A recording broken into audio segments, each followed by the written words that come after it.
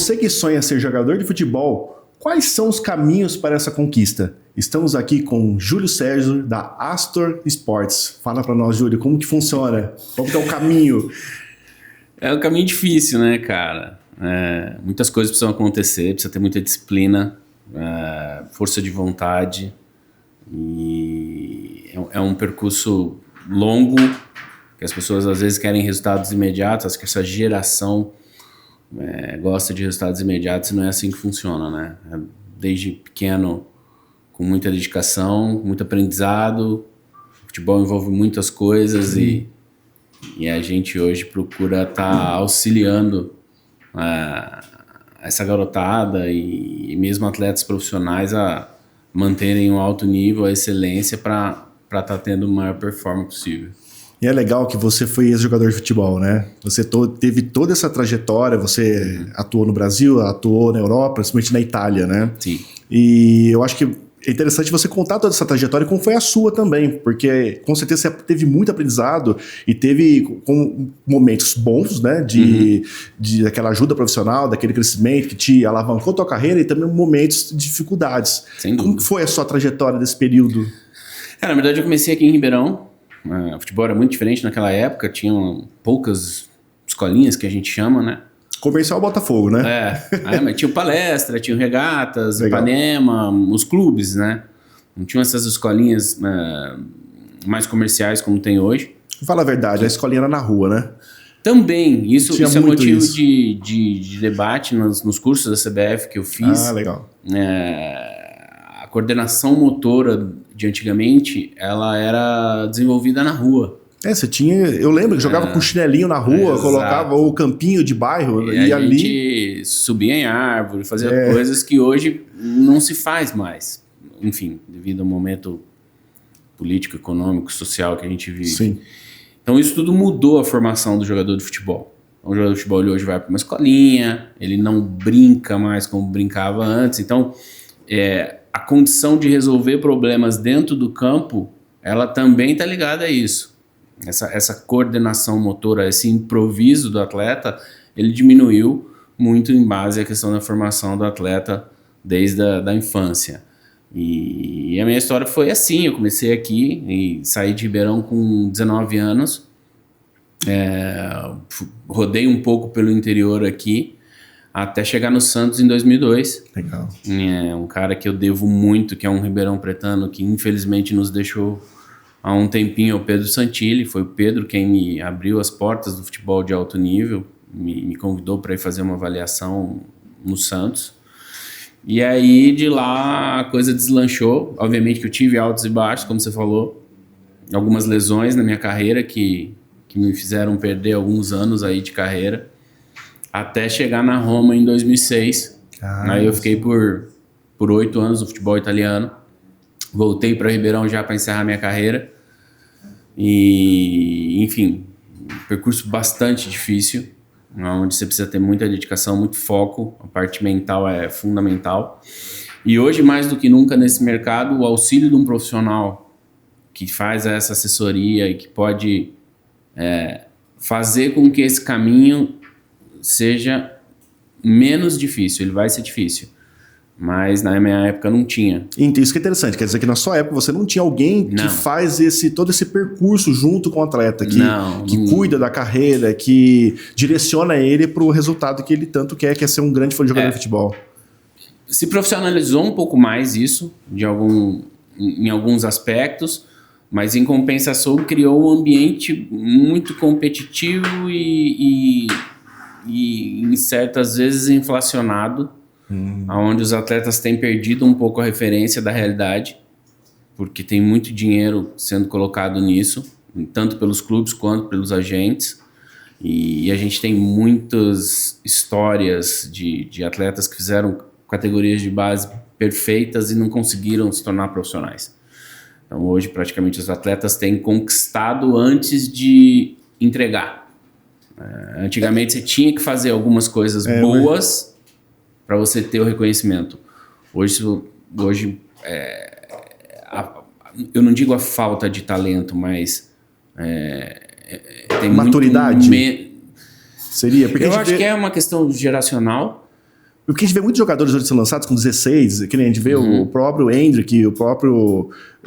aquele outro do Palmeiras também, Estevão, né? 16 anos, já sendo lançado pro mercado, já sendo praticamente que o caso do Endrick já foi pro Real Madrid com 16, praticamente 16 para 17 anos no Real Madrid. E a gente vê cada vez mais precoce esse tipo de lançamento. Eles estão preparados para isso?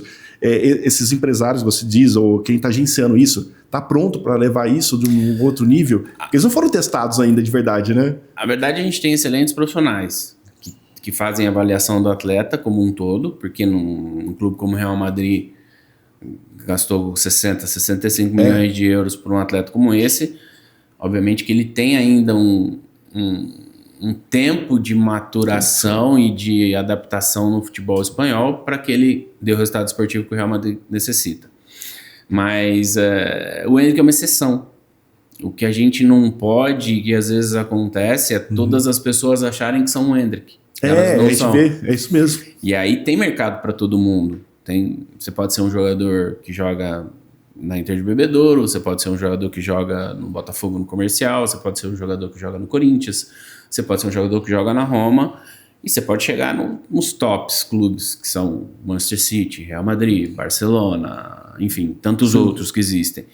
Mas existe mercado para todo mundo. O que a gente não pode é achar que todo mundo vai ter o mesmo percurso, todo mundo vai ter a mesma remuneração, a mesma fama, o mesmo reconhecimento, que não vai. Na verdade, quantos por cento? É 1%? É menos de 1% que vira? Tem uma pesquisa feita alguns anos atrás, eu não tenho esse dado específico de hoje, que 87% dos jogadores profissionais no Brasil ganhavam até 2 salários mínimos. Olha só, eu não sabia disso. Então, assim, e tem tantas outras... A gente tem tantos outros números hoje que podem balizar aquilo que é ser jogador de futebol profissional. Então, o jogador profissional hoje, no campo, em alto nível, ele vai ter a bola nos pés entre 1 minuto, 2 minutos e meio. Nossa. Então, assim... É muito pouco, né? É pouco, mas isso mostra a capacidade intelectual do jogador de saber jogar sem a bola. Sim. Então, são coisas que as pessoas não pensam nessa trajetória. O menino que inicia a jogar futebol com 7, 8 anos para chegar no profissional é muito mais que só um jogo de você pegar a bola e fazer aquilo que você sabe. Então, não sei, as pessoas, quem me conhece sabe, eu fui atleta profissional durante 20 anos, parei de jogar e eu fui ser treinador. Eu fui treinador de 2015 até 2021. Meu último trabalho foi no Curitiba, onde a gente conquistou o acesso da Série B para a Série A. E aí, enfim, a Roma me convidou para ser embaixador na América do Sul, mas eu não podia estar vinculado a nenhum clube. E aí eu não aceitei naquele primeiro momento. Aí depois a vida, enfim, veio a pandemia, levou a voltar a falar com eles e aí a gente fez um acordo comercial e foi aí que surgiu essa empresa, a Astor Sports, que é uma empresa de assessoria. Você está conectado com Roma, exato, com a Roma, então. Tem uma conexão com eles importante aqui. E assim, você vai criando os laços, né? O diretor que estava na Roma, onde a gente fez esse acordo hoje, está na Premier League. Então, a gente começa a conversar. As pessoas que trabalharam comigo na Roma foram 8 anos. Então, tem gente na Espanha, tem gente na Rússia, tem gente na França. Então, acho que é o maior valor hoje que a gente pode dar para um atleta são essas conexões e toda essa experiência que a gente teve para chegar a ter tanto tempo de atuação no futebol como é o futebol italiano. Não, e é bem interessante que você como empresário, hoje, pela essa conexão, você já tem, como chama, vertentes para tudo que é lado, praticamente, né? E você praticamente faz essa ponte, então, para levar esse jogador para clubes que, por exemplo, Roma está interessado, então é você aqui no Brasil que faz praticamente essa conexão, seria isso? Na verdade, quando o Thiago era o diretor da Roma, ele sempre me acionava aqui, no sentido de saber a informação de jogadores e entender, porque o mercado brasileiro é muito complexo pro europeu, no sentido de empresários, assessoria e intermediação. Existe muita gente e essas informações elas correm muito rápido. E aí, em um negócio que você começa, talvez não seja você quem vai terminar. Entendi. Então você tem que estar muito bem embasado nesse negócio para você poder fazer essas transferências quando elas são internacionais e envolvem grandes clubes. É muito dinheiro envolvido, né? Acho que não é nem a questão só do dinheiro. Óbvio que tem um bom dinheiro envolvido, mas é tudo uma questão de você ter as conexões. É isso que mais vale no meu meio hoje. É você poder ter as conexões certas, a confiança das pessoas em ouvirem aquilo que você está propondo, para elas tomarem a decisão e aí sim gastar o dinheiro do clube em algo que vai ser relevante, ou em termos de você valorizar um jogador e poder fazer uma revenda, que alguns clubes europeus fazem isso, ou em termos de você ter rendimento esportivo, que são clubes que querem ganhar títulos. Então, tem jogador para todo o clube e a todo momento. É praticamente como se fosse um produto. Aquele jogador, ele serve para aquele produto ou para aquele produto e você, de acordo com o seu know-how, com a tua experiência, você consegue direcionar isso para cada tipo de público que deseja aquele perfil de jogador. Perfeito. Então, isso. O meu trabalho é achar esse jogador. Bom, você tocou num ponto importante. Como que é achar esse jogador? Como que é a busca disso? Porque a gente vê... eu gosto muito de futebol, assisto muito futebol, só que o por trás disso, no geral, nós não entendemos como é que funciona isso. Como que é achar um jogador e saber que aquele jogador... É como se fosse você vai regar aquela plantinha, vamos dizer assim, né? Até crescer e se tornar um grande jogador. Os clubes fazem esse trabalho diretamente hoje. Então, tem clubes que têm departamentos de captações em todas as categorias. E eu assisti muito jogo. E aí, obviamente, conforme o seu trabalho vai se consolidando, porque a gente fala que o que traz jogador para a nossa agência é o atendimento. Então, se você tem um atendimento bom, onde o atleta está satisfeito, a família está satisfeita, eles vão falar, poxa, esse cara é legal, procura ele. E, obviamente, que você aborda algumas pessoas vendo partidas e conversando com outras pessoas, porque existem apenas os intermediários, que são aqueles empresários que não têm atletas, então eles só fazem intermediação, eles só ligam os pontos.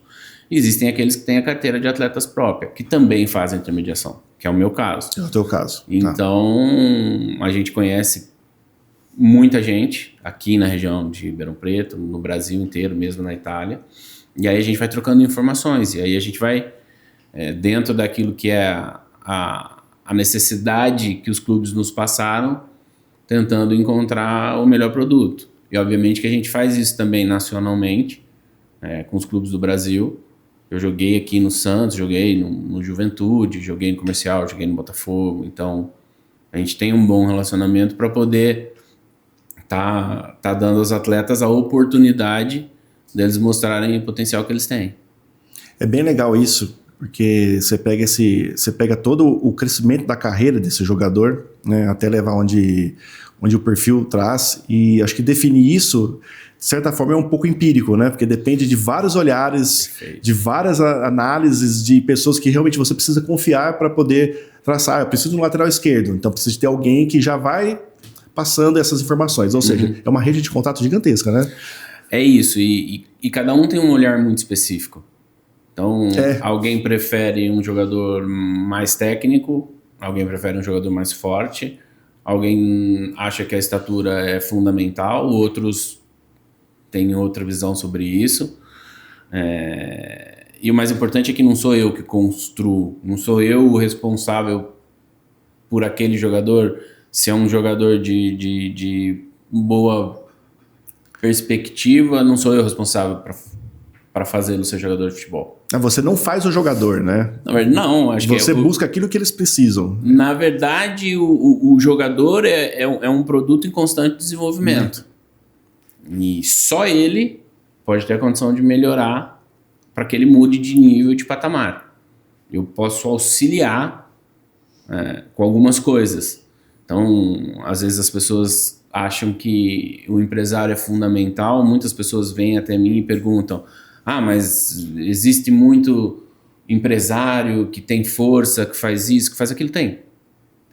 Mas se você tem um bom produto, esse produto ele vai seguir a trajetória natural. Quando eu falo produto, sim, um jogador, atleta, sim. Então, se você tem um bom produto, ele vai seguir a naturalidade. Alguém vai vê-lo vai se interessar e ele vai ter oportunidade. Obviamente que se tem um bom produto que ainda não foi exposto, você pode indicar, mas o empresário faz o jogador profissional? Não. Eu acho que é a dedicação, é o entendimento do jogo, é a condição dele entender que ele tem que melhorar para ele mesmo, porque nem sempre você vai ser titular. Sim, e aí, não sou titular, quero mudar de time. Não. Melhore. Onde você está errando? O que você pode fazer melhor? Existem injustiças em todo segmento. Mas o legal de você é que você foi jogador, então você sabe muito bem se é um chororô ou se realmente é uma questão técnica que precisa melhorar, né? Por si só, ele se autodefende. Então, essa transferência... O problema não sou eu, né? Exato. Essa transferência de responsabilidade, ela é comum. Eu imagino que joga muito pra você essa transferência, de certa forma. Indiretamente, sim. Então, mas eu não jogo eu não queria mais. estar nesse time aqui. Eu não queria jogar. Eu queria estar no time A, B. Enfim, mas aí é a lei do mercado, né? Então, se você é um jogador para estar no Milan, provavelmente você vai poder estar lá. Mas se você não sou eu que vou te colocar no Milan, né? Um exemplo. Você gostaria até de colocar, né? Claro. Quanto mais ele performar e melhor for a carreira dele, sim, melhor para mim. Então, tudo isso somado é um jogo de xadrez que a gente faz todos os dias.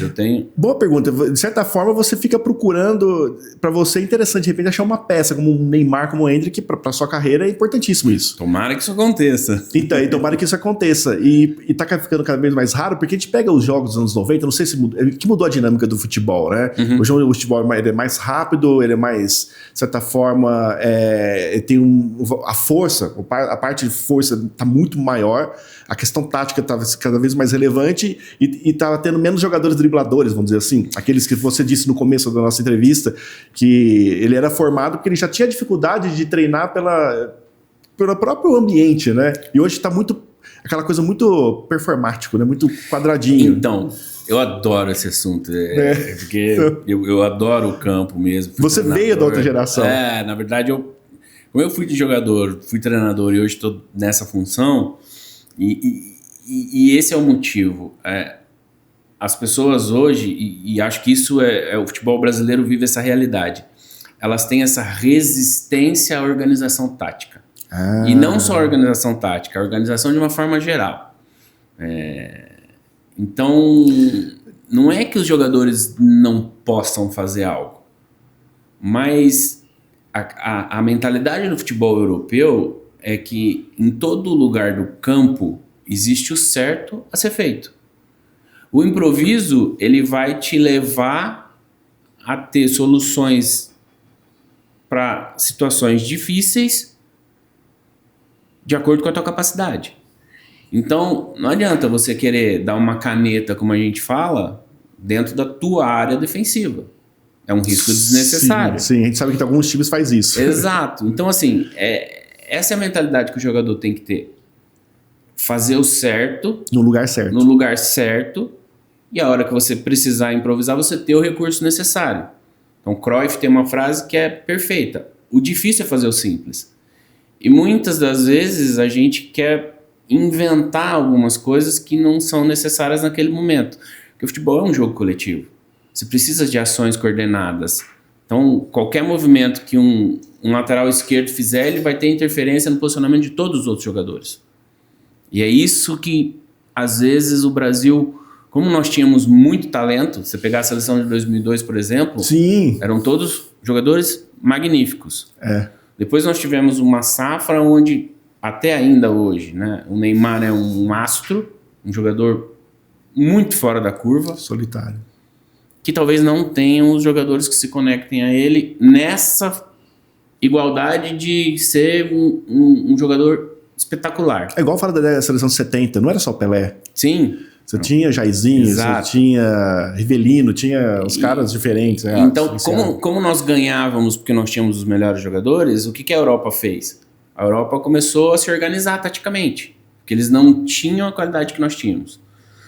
E aí eles se organizaram. Colocou processo. Exato. Eles colocaram... A Alemanha, quando perdeu para o Brasil, ela fez isso, mas de uma maneira social. Ela criou centros de treinamento espalhados por toda a Alemanha, que faziam análise dos jogadores pelo país inteiro, e eles vieram e ganharam da gente depois. Meteu 7-1. Exato. Então, assim, são coisas que nós não temos. Você vê os Estados Unidos crescendo, uma liga completamente diferente, com regras diferentes, mas que tem uma organização e que tem um crescimento que é de você tirar o chapéu. Que já no futebol feminino já está bem consolidado, né? Já é a quinta medalha, a quarta ou quinta medalha de ouro que eles ganham. Enfim, essa condição que a gente não tem, porque infelizmente não é que a gente não tem futebol, a gente não tem socialmente, né? A gente está muito defasado em termos de educação, em termos de estrutura, para fazer atletas de alto nível, e o futebol é o esporte que tem mais investimento. E você acha que falta mudança de mentalidade no jogador brasileiro, então, hoje, para poder ter entender que o futebol mudou? Eu acho que falta quem passe isso da maneira correta. Eu acho que o brasileiro ele é acostumado com resolver problemas individualmente dentro do campo. E aí quando você pega um Manchester City, quando você pega outros clubes que têm essa organização, o Bayern de Munique, a Inter de Milão com o Mourinho, que são todos jogadores espetaculares, mas que de uma certa forma não se rendem, mas cumprem aquilo que é determinado. Por isso existe uma sequência de vitórias. O Campeonato Brasileiro é mais difícil? Não tenho dúvida. Você entra no Brasil com, 5, 6 clubes que têm potencial para ganhar o Campeonato Brasileiro. Na Espanha, você tem Real Madrid e Barcelona. Um Atlético de Madrid belisca de vez em quando, porque tem um treinador que é estupendo. E aí todo mundo se organizou taticamente. E a gente tem essa reticência ainda e essa mentalidade de que a gente vai resolver as coisas no improviso. E não dá. Não dá, é verdade. Então, eu conheci uma vez um engenheiro que ele falou, você tem que planejar muito mais tempo do que o tempo de execução. Você tem que se preparar para aquilo. E a gente não está fazendo isso como deve. Tem a ver com um pouco com o calendário? Porque hoje, você falou de preparação, hoje você joga, a cada 3 dias você está jogando bola. Sim. Hoje no Brasil. Enquanto na Europa, praticamente a média de 6 a 7 dias de intervalo. Isso muda o planejamento. Eu acho que se você pegar o número de jogos, eu acho que vai ser próximo. Tá? Não é muita diferença. Talvez 10 jogos, 15, não sei. Menos, tá. A diferença é, territorialmente nós somos um país difícil, ok. Mas isso tem, com planejamento, você faz a diferença. Então, por exemplo, você pegar um voo de linha, um voo de carreira normal, os horários são da companhia. Uhum. Mas se você tem organização e você consegue voar com um voo privado, você ganha tempo. Só que isso custa dinheiro. E aí você tem que se organizar para fazê-lo. É um país continental. Então, é um país continental, mas você acha soluções para isso tudo. Então, é esse planejamento. Então, enfim, tem tantas outras coisas. A CBF, por exemplo, é uma instituição que ela cuida somente da seleção brasileira e organiza campeonato. Ela não zela pelo futebol. É verdade. Ela não trabalha o futebol... Em prol os times, né?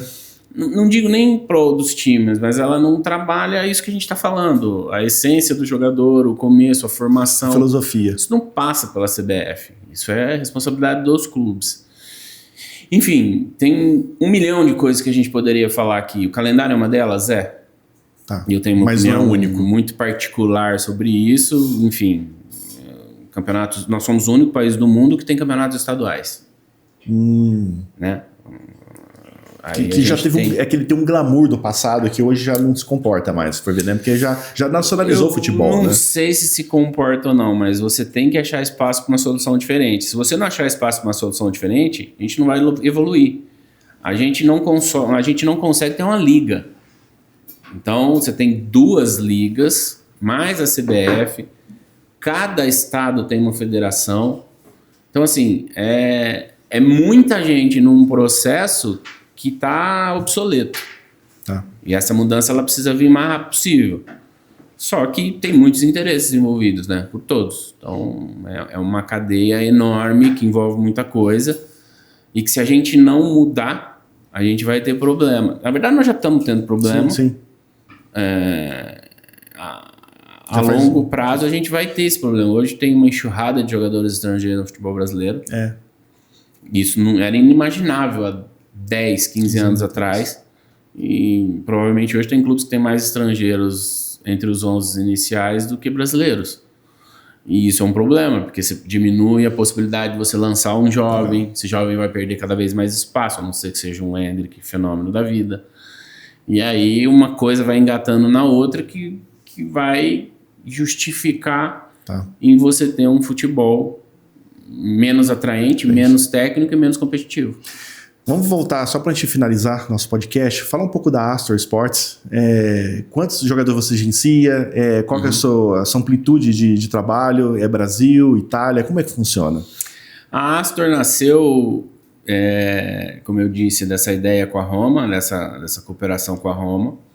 E eu sou sócio de uma outra empresa, que é a RP Capital, uma empresa credenciada a XP Investimentos. E aí eu tenho 2 sócios. Eu tenho o Dr. Rodrigo Salim, que é um dos maiores ortopedistas do Brasil hoje, em termos de cirurgia de joelho. E o Pilk, né, que é o Luiz Fukuhara, que é um cara que tem conhecimento enorme de finanças e estratégia, etc. E aí a gente se uniu, porque a gente acha que isso são as coisas que o jogador precisa, um pronto atendimento médico e poder estar bem assistido nesse aspecto, e fazer essa gestão de patrimônio. Uma carreira curta, você pode ganhar muito bem e não precisar se preocupar, ou você pode ter algum tipo de rendimento, mas que a gente possa assessorá-lo também em fazer com que esse dinheiro trabalhe para você. E eu faço mais essa parte de campo, observação e as negociações, mas eles também fazem ótimas captações, eles entendem muito de futebol, apesar de não terem vivido o ambiente como eu vivi. E aí a gente hoje está com 20 atletas, a maioria deles são jovens promessas, a gente tem 3 atletas profissionais, e a gente está sendo muito criterioso para fazer essa captação, porque senão você perde muita qualidade no atendimento. Então a gente não quer ter uma carteira muito extensa. É uma empresa que está crescendo, está sempre pensando em trazer mais gente para dentro para ter uma assessoria melhor. E se você tiver que dar uma dica para quem quer ser jogador de futebol, que está aqui nos assistindo, que dica você daria? Então, a gente tem um problema geracional. É uma geração que não aceita cobrança e é uma geração que quer ter benefícios antes de entrega. Uma vez eu fui convocado para uma seleção sub-15, minha mãe me escreveu uma carta. E ela escreveu nessa carta que o sucesso só vem antes do dicionário que o sucesso só vem antes do trabalho no dicionário. Entendi. Ela escreveu isso para mim. Eu tinha 14 anos, fui convocado para a seleção brasileira e aquilo me marcou. E hoje nós temos uma geração que quer isso. Ela quer o sucesso antes do trabalho. E como é um mercado muito competitivo, tem muita gente colocando na cabeça desses meninos que eles já são jogadores de futebol. E eles não são, o percurso é muito longo. Até você chegar realmente a poder dizer, não, eu venci nisso, é difícil. Então, eu tenho reuniões no meu escritório que eu falo para os pais e para os atletas, eu falo para os pais, deem responsabilidade para os seus filhos, porque eles precisam disso. Porque eles vão precisar disso dentro do campo e na vida deles. A gente vive numa sociedade que os meus filhos vivem numa bolha dentro da bolha. Então você tem preocupação em qualquer coisa. Não pode atravessar a rua, não pode caminhar porque vai ser assaltado. Sim, é justo. Mas algumas coisas não. Então, independente da condição financeira que você tenha, teu filho tem que arrumar cama, teu filho tem que cumprir horário, ele tem que comer na hora certa, ele tem que fazer as coisas. Se ele quiser ser um atleta, independente da qualidade que ele tem, ele vai ter que ser um atleta. Perfeito. E ser um atleta é muito difícil.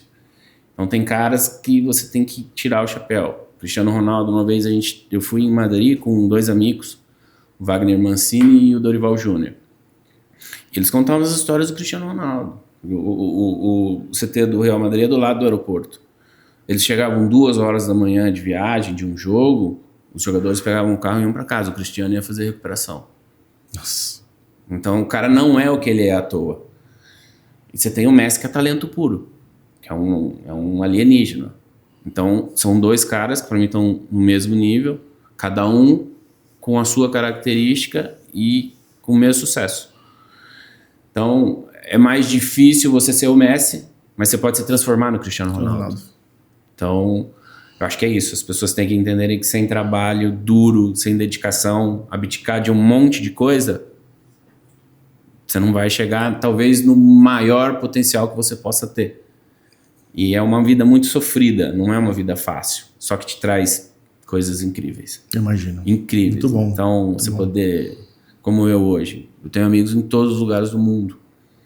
O futebol me proporcionou muita coisa. Tudo que eu ganhei, tudo que eu tenho foi o futebol que me deu. Foi difícil. Eu não vi meus filhos nascerem, eu não... Aniversário, feriado, fim de semana eu fui ter primeiro final de semana livre, óbvio, exagerando, mas que não deixa de ser verdade, aos 43 anos. Porque eu escolhi não mais estar no campo. Então, se eu faria tudo de novo, exatamente igual. É igual. Que bom. Júlio Sérgio, foi sensacional. Agradeço muito a tua presença aqui. Foi muito bacana. Acho que foi uma lição para quem quer ser jogador de futebol e para quem quer crescer na sua carreira, né? Através de disciplina e de talento, a gente chega lá, né? É isso aí. Muito obrigado. É o TrioCast com você.